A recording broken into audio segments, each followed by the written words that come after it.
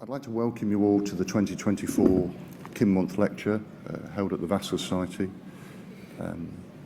My name's Rob Sayers and I represent the Society on the Council of the Royal College of Surgeons of England. And this lecture is a gift from the college to the Vascular Society, and hence we are asked to wear the college ceremonial gowns.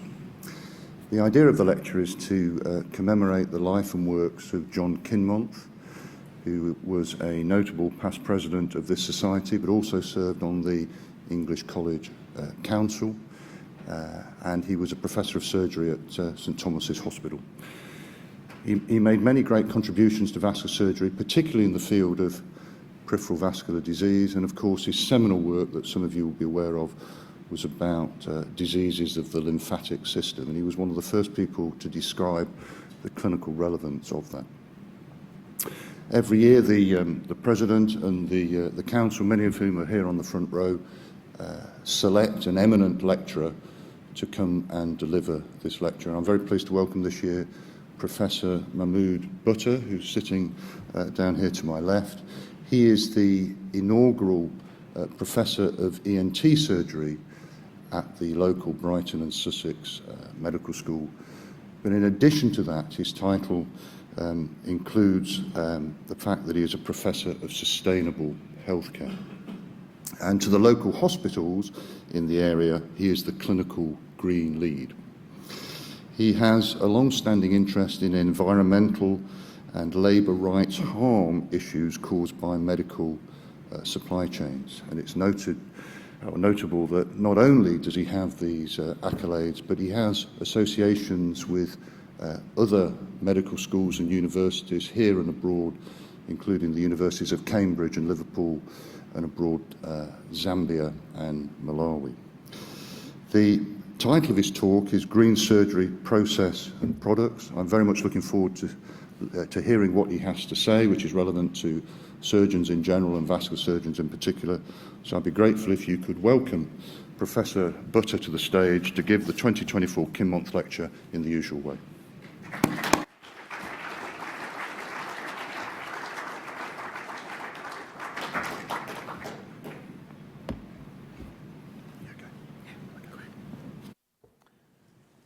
Thank you, Rob, for your kind words. And it's indeed an honour to be here and to be able to speak to you about some of the work that I've been doing over the last several years, in fact.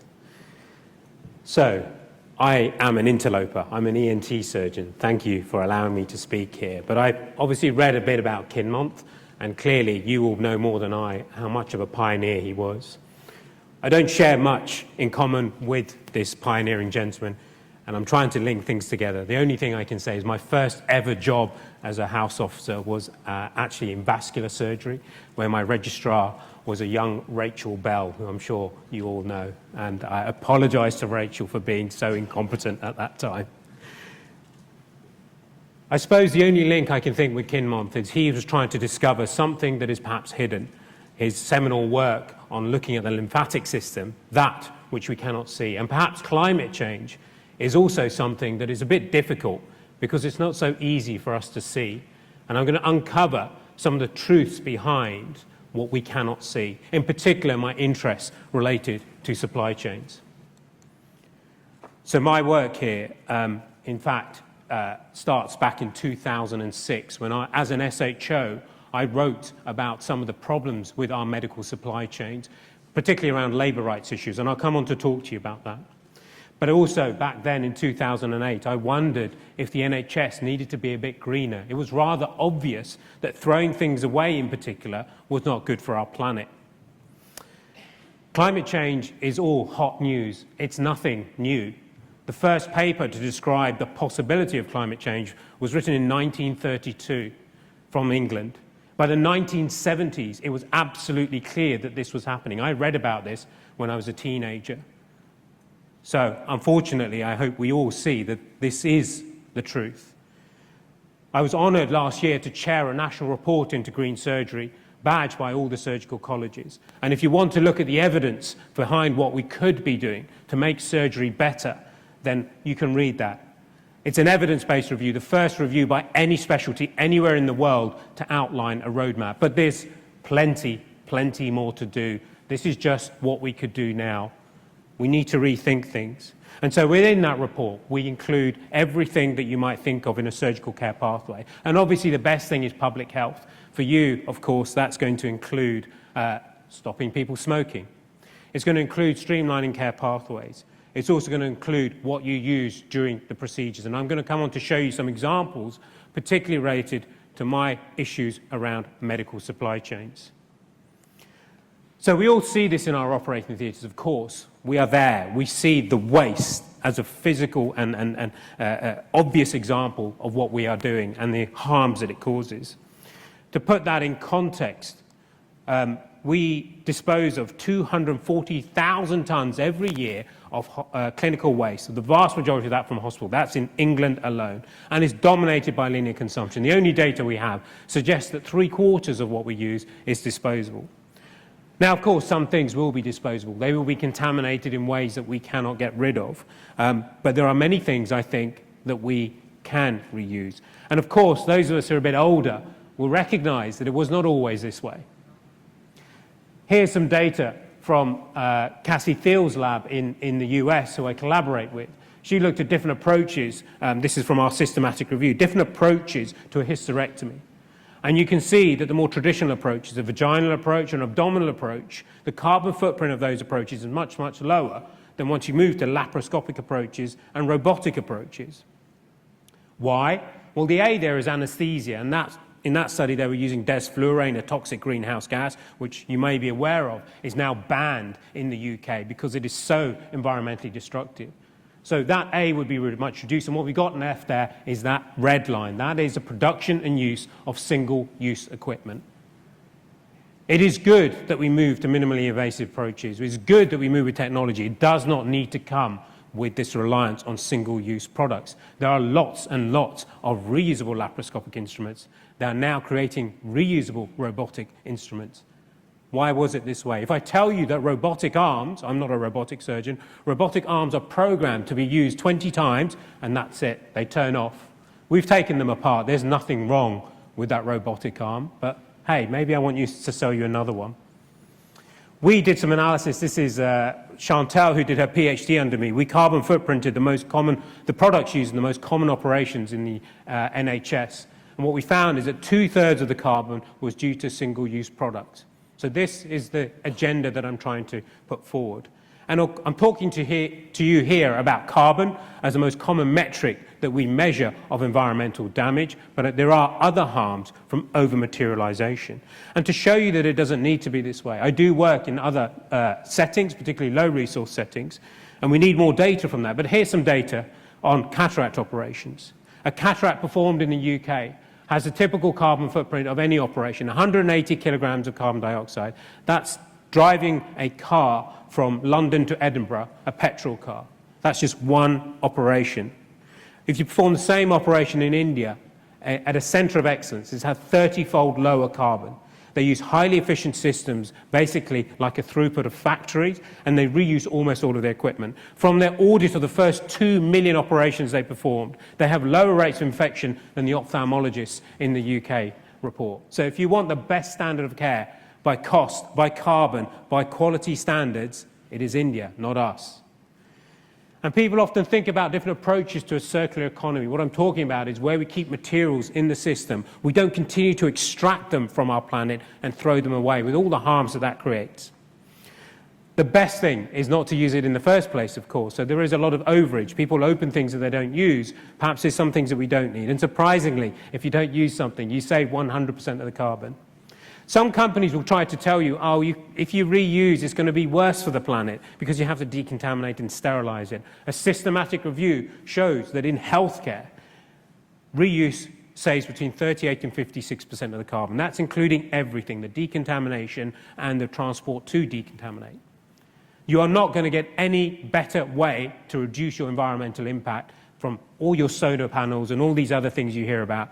You must move to reuse where it is safe to do so. And recycling seems like a lovely physical, visual aid of what we're doing.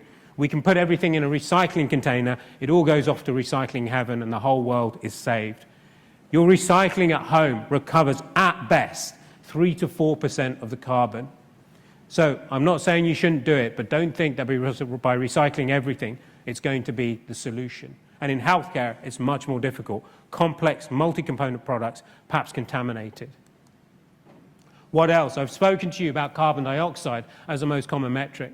But there are other environmental harms from our overuse. We estimate that 2% of global plastics are used in healthcare, and what they do is plastics, all plastics, release microscopic shards, and this is becoming a real cause for concern. There are microplastics in every indoor environment, but in the operating theatre, they've been found to be 3 times higher. They have been found in every single human tissue ever sampled. They will be in our lungs, in our guts, in our liver. We don't know exactly what harms they cause, but we do know they can cause persistent inflammation. And we may actually be injecting plastics. The top right there is a microplastic in an IV bag. There are thousands of these. Every time you give someone IV fluids, you're injecting them with a non-natural substance. Other compounds, such as PFAS, which is like a Teflon on your pans. This is called a forever compound. It waterproofs your drapes and gowns. If it gets into your body has no way to remove it. It stays in the environment for hundreds of years. And DEHP, a compound that's used to soften plastics, can be found also in wastewater coming out of hospitals. This is an endocrine disturber. This is going into our bodies. If you're drinking plastic bottled water, you're drinking an average of 240,000 microplastics and quite likely toxic levels of DEHP. Tap water. Free market economics also occurs if we outsource, if we want the cheapest possible price for things. Why would we pay a lot when we're going to throw something away?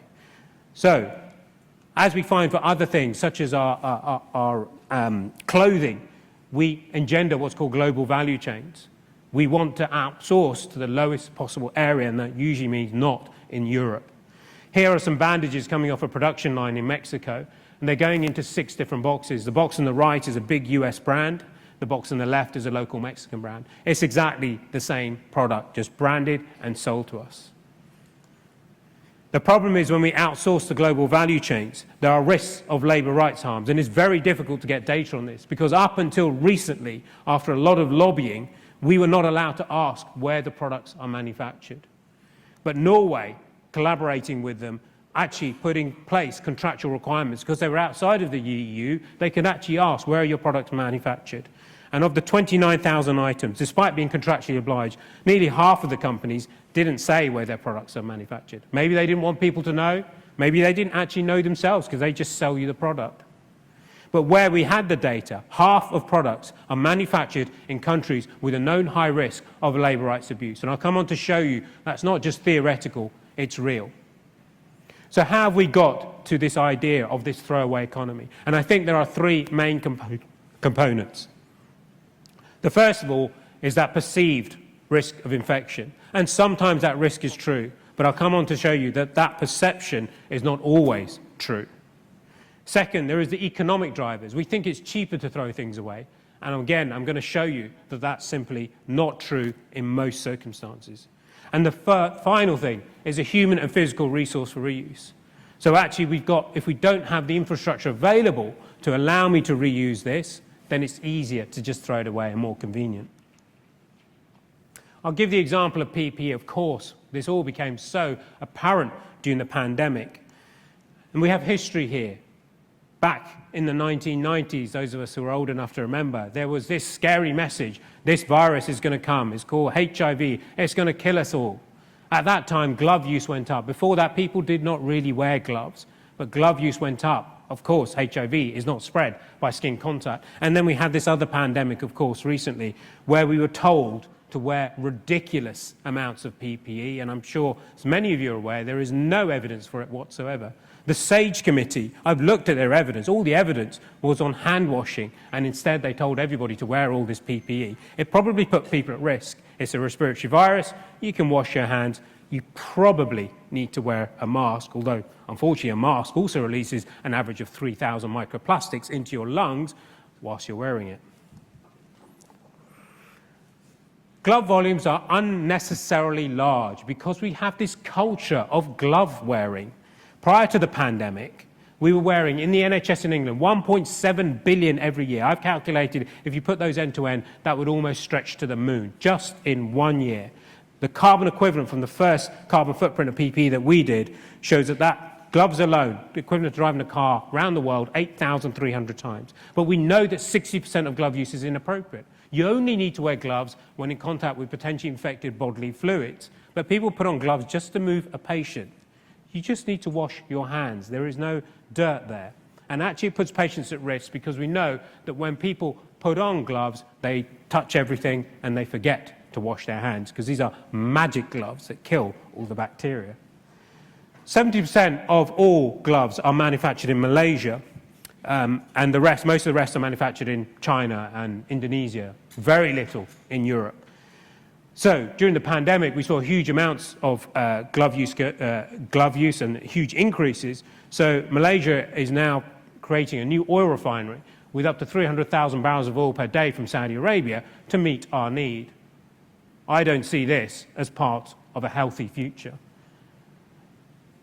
Here's Top Glove, the world's largest manufacturer of gloves, 2 billion, coming into the NHS. This is their factory compound, 32 factories in this area in Malaysia.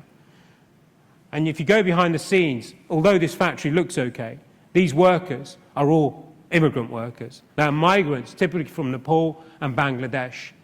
We've got data from surveying 1,400 of them.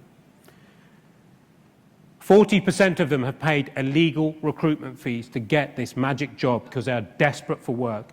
Typically $2,000, sometimes up to $5,000. Some of them have sold land for this golden opportunity to come and work in Malaysia and get out of poverty. They typically work at least 3 months without a single day off. They will work in temperatures of up to 70 degrees Celsius for 13 hours a day. Historically, they had their passports confiscated for safekeeping so that they are controlled. They are not allowed to go anywhere except to the factory accommodation, which is provided by the factory. Here's another company called Brightway. This is probably the worst accommodation I've seen. These were coming into the NHS as well. These workers lived in shipping containers for 3 years of their life whilst they paid off that debt. Their entire existence is to live in this shipping container, to be transported by a van to the factory, to work in the factory, and to come back to this again. Mental health issues were severe. I will not show you the pictures of the workers beaten if they complain. Quite likely you have worn these gloves on your hands. And I'm showing you some examples, but the abuse of migrant workers is endemic in Malaysia. Every single one of these glove manufacturers has the same problem. These are rebranded and sold to us. I am confident that almost every glove you have worn was made using forced labour. You can read our report.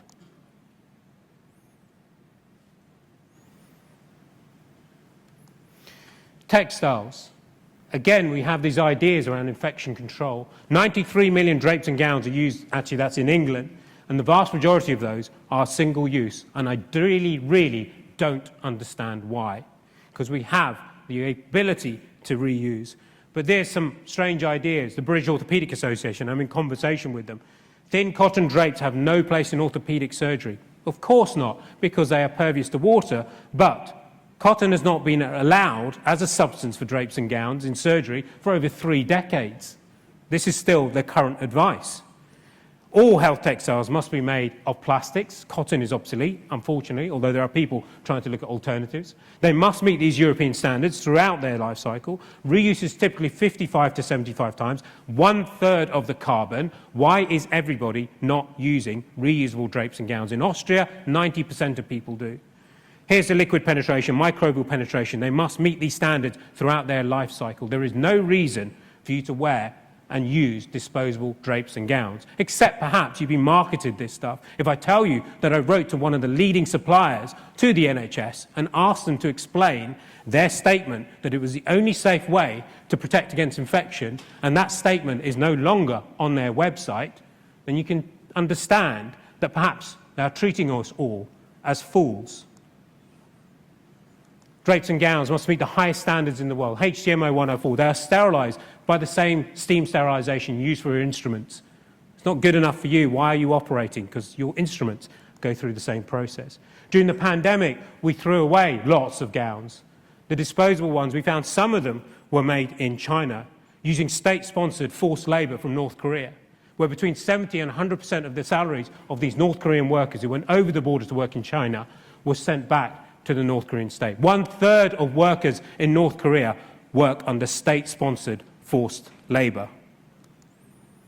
Metal instruments, a bizarre idea that we can just throw these away. 52 million of them in the NHS are just thrown away. Accident emergency, go in, let's stitch up a wound, and let's throw those instruments away.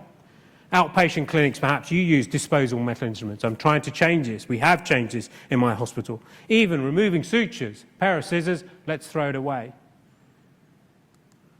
Again, we have a scare. We have a scare in the 1990s where there's inconsistent or inadequate sterilisation. People are actually sterilising things in these tiny little autoclaves at the back of their rooms. Then we have this thing that's going to kill us all. It's called CJD, prion disease, and it was a scare. In genetically susceptible individuals, it is fatal, but it has not materialised. It does not exist anymore. We have no evidence that it is in the population. But we got rid of our sterile services, and rather than dealing with the inadequate sterilisation and bringing those standards up, most hospitals got rid of things, and they just thought, maybe we'll just throw things away. So the modern standards, HTM 01, the highest standards in the world, they monitor for prion, it doesn't exist. They monitor infection, it's all safe, it is automated. But you still throw things away. 70% of the world's surgical instruments, including the reusable ones, which are rebranded and may be sold to you through Germany, but they were manufactured in Pakistan. This is the north of Pakistan, which produces 70% of the world's instruments, and this can only be described as sweatshop labour. These workers will be paid between $1 and $2 a day. They only get paid if they work. They go into debt. They will take loans. They get bonded in labour. Injuries are not unusual, sometimes minor, sometimes serious, sometimes entire arms torn out. Who cares about the health and safety? We'll just throw those instruments away in A&E. Of the 50,000 labourers, we know that several thousand are children, and I've seen 7-year-olds working on these grinding machines, making these instruments that we throw away. These children are usually the firstborn son. They do not go to school. Half of them are illiterate. We've interviewed some of them. They hate this work. They complain of pain in their back. They complain of the metal dust that they're inhaling. They want to go to school. They want to have a future. They want to play cricket in the street with their friends. So I always say, when we throw things away, we throw away money, we throw away our planet, and we throw away human dignity. The economics of this, hey, it's cheaper, let's throw it away. We have this bizarre idea in the NHS where we fragment everything by place and time. Almost, in most cases, of green. If you invest in something that lasts longer, over those few years, you will save money. But we annualise our spending, so we can't invest for the future. We also compartmentalise our costs. So I'm buying drapes and gowns in the operating theatre, that's my cost. What about the costs of the waste? Oh, that's not taken account of. The NHS has recently undertaken a full analysis of reusable drapes and gowns and found that it's half the price. In that green surgery report, we reviewed 142 case studies, and in almost all cases, they saved money. It won't always be the case, but in general, the principle of going green is the cheaper option. Companies may actually feed into this economic model of just throwing things away. So here's the economics of planned obsolescence. Here's a drill. It's called System 7. Very soon, System 7 will no longer be supported because the software and the hardware, no, you don't need that. You need System 8. I've been shown these inside of System 8. Can you tell the difference? No, but we have to have it. Here's something called a harmonic scalpel. It's a dissector. Electrosurgical, £600, single patient use. That's fine, throw it away. I'm not paying for it. Can't possibly be made reusable, except there's an organisation called the Association of Medical Device Reprocessors. They actually do remanufacture these, and I've been there. What they have to do is change the pads on the end of the dissector to allow it to be reused. Actually, your theatre nurse would be able to do that. But you can't reuse it because inside here is a chip that only allows you to use that for 6 hours, and it can never be used again. So they have to open it up, put a new chip inside to allow reuse. But eventually it fails because it's made of plastic, and the plastic does not withstand steam sterilization. If they'd made it of metal, there's no reason this could not be used hundreds and hundreds of times. The NHS pays. You can also use regulations to try and say, hey, let's throw this away. The manufacturer decides whether you can reuse something. So here we go. You can't possibly reuse these pair of scissors. That would be crazy. Let's label it that you can't use it, and then it would be illegal or on you if you were to reuse these scissors. So we throw 5.9 million scissors away in England every single year. Of course, I can tell you where those scissors are made. So to finish, what are the policy and practice solutions that we are working towards? And it's a difficult, complex problem. We produced a report earlier this year that outlines the evidence why our strategy for maximising reuse of equipment is the best way to protect our planet, as well as all the other advantages I've told you. Last month, I'm glad to say the Department of Health actually recognised this and said we are committing to this. Lacks the detail, but at least we've got an idea that this is going to be the future. What we need is to align everything to preferentially purchase reuse. And I'm in conversation with the biggest supplier, NHS supply chain, to say we should state we will always buy reusable where that option exists. We need infrastructure developed nationally for decontamination, sterilisation to enable that. We need the regulators, the MHRA, I'm also in conversation with them, to say no, you're not allowed to get away with just making something disposable on a whim. We need to protect labour rights. I haven't got time to go into it, but I'm glad to say I've worked with a number of collaborators, and we've managed to get $150 million repaid in the legal recruitment fees to those workers working in the gloves industry, working with governments across the world. And we need to invest and create the change. So I am in my hospital trying to introduce a policy where reduce and reuse is default. If you want to say you will not reuse, I don't care about your personal opinion, I'm afraid. You have to present to me the evidence. We'll see how that works out, but we've just started and I'm already saving over £300,000 every single year.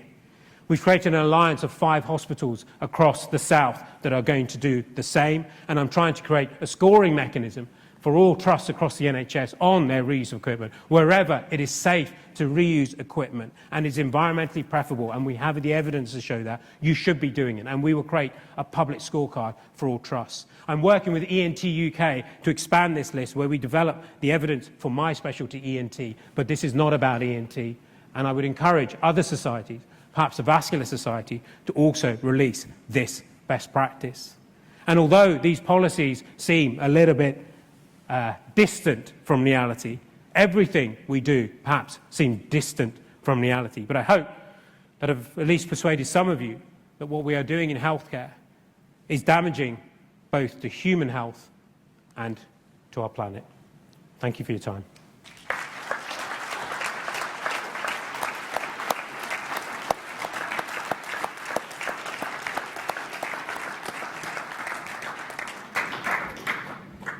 Mahmoud, that was thought-provoking. I think you've opened our eyes. It's harrowing at times hearing what's going on. And I think you've inspired us to think about change. So I'm delighted on behalf of the Vascular Society and the College to present you with this medal that reflects a fantastic contribution to actually changing how we think. Mahmoud, thank you so much.